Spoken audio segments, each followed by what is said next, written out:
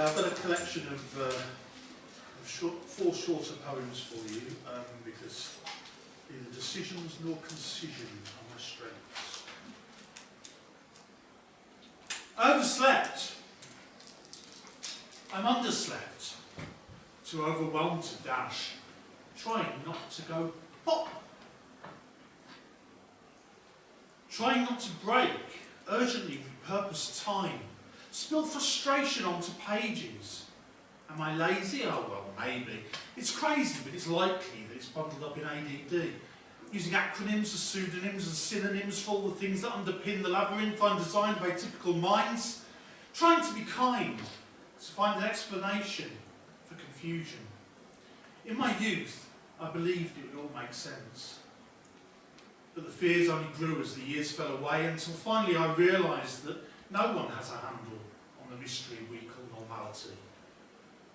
So we scramble to dismantle insubstantial explanations on realistic expectations, call it diversity or insanity.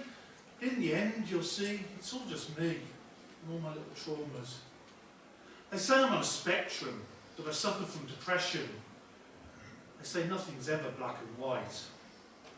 Well, all I have to say to that is, my cat is.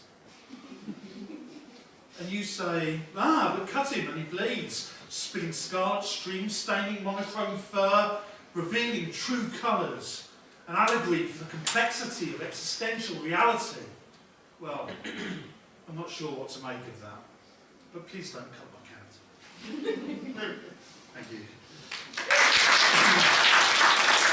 So, I started writing sort of seriously, well, it's all really, about 4 years ago during lockdown, and it's been quite a journey since. And in that time, I've been writing poetry, and every year I'm expected to write poems about the seasons, especially spring and autumn. So this is my first attempt. I haven't done it for the last 4 years, but I've had a go this year. It's called It Must Be Spring. It's that time of year again. The nights are shorter. A brief respite from the spite of rain that floods the fields in belligerent avalanche. The gaggling flocks of poets summoned by warm chill bask in this reputedly rapturous cycle. A poet, you see, is one who sees such things. My eyes are clouded still. Winter drew me deep within her gut and is yet to relieve herself. It requires more than 20 minutes of frozen sun and a daffodil to trigger peristaltic convulsions of the magnitude required to shift my bulk.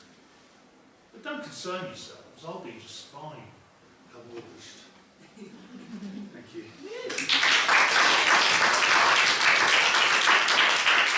So this little collection is sort of, I was thinking about ageing, because it's a thing that's happening. and this is called My Elderly Companion. I awoke to find myself inside the frail and flabby body of a tired old man. Though he didn't seem to mind, I was quite frankly horrified. I don't intend to sound unkind, and it's not vanity or pride, but his belly and his mottled thighs just caught me by surprise. I tried to think it through, to focus sleepy, tired eyes and rationalise, but to no avail. I failed to find any explanation for the uncanny transformation, a monstrous metamorphosis of Kafkaesque proportions. Through moribund misfortune and distortions and contortions, I'd rudely claimed possession of a body and a mind and left my own behind. He turned out to be a gentleman and said that I was welcome, and with genuine emotion he expressed appreciation for the company. We've become the best of friends, and though I'll never comprehend the forces and causes that led to this dilemma, well, now we live together, and I somehow model on toward a mutual extinction with my elderly companion. He enjoys my raw vitality, and I his positivity, and though I miss my own body, he's a nice enough bloke, and at least he gets the job.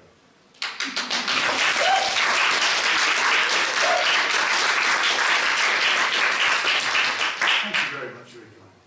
Okay, I've got one more. So I've just done 4 years here, and about to graduate, and I've got to go around and try and make something with all of this. A career of some sort in my 50s. And I don't really have time to do it the way that writers are supposed to do it. I've got 20 years to work on my art, so I'm going to try this one instead. Just write with honesty and with passion. Remember, rhyme is out of fashion. Dress in black like Johnny Cash and you shall have a book deal. You ask for something you could sell, that sounds to me like living hell. Just take my soul, you might as well, I only want a book deal.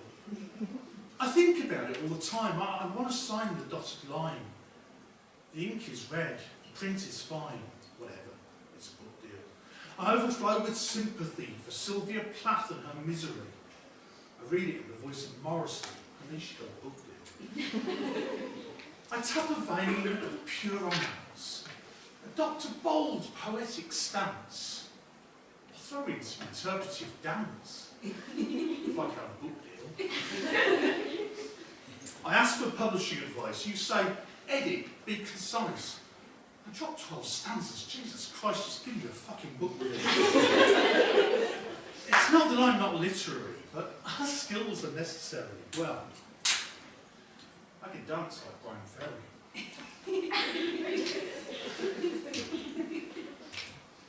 Too cool to get a book deal.